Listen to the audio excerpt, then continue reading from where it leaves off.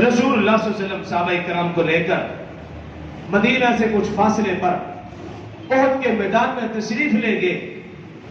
صحابہ کرام رضوان اللہ علیہ مجمعین کی صفیں بنا دی گئی اس انداز میں کہ پہاڑ کو صحابہ کرام کی پشت ہے اور ان کا چہرہ مدینے کی طرف ہے. رسول اللہ صلی اللہ علیہ وسلم کے ہاتھ میں تلوار.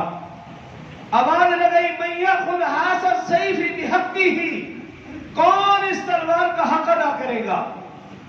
صحابہ اکرام سب کے سب نے یک زبان عرض کی یا رسول اللہ صلی اللہ علیہ وسلم ہم حاضر ہیں. ہاتھ بلند کیا لیکن حضرت ابو دجانہ رضی اللہ تعالی عنہ مجمع میں سے آگے بڑھے، رسول اللہ صلی اللہ علیہ وسلم کی خدمت میں حاضر ہوئے. عرض کیا رسول اللہ صلی اللہ علیہ وسلم میں اس کا حق ادا کروں گا.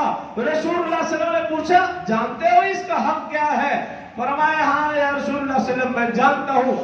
اس کا حق یہ ہے اتنے کفار قتل کیے جائیں یہاں تک کہ یہ تلوار خم ہو جائے، ٹوٹ جائے. اپنے ہاتھ میں تلوار لی، سرخ امامہ ان کے سر پر تلوار لے کر ایسے تکبرانہ خرامہ انداز میں جا رہے. رسول اللہ صلی اللہ علیہ وسلم ہنس پڑے اور رسول اللہ صلی اللہ علیہ وسلم نے ارشاد فرمایا تکبر اللہ کو پسند نہیں، لیکن ابو دجانہ کے اس انداز کو اللہ اور اللہ کے رسول دونوں پسند کر رہے ہیں کیونکہ یہ انداز کافروں کے خلاف ہے.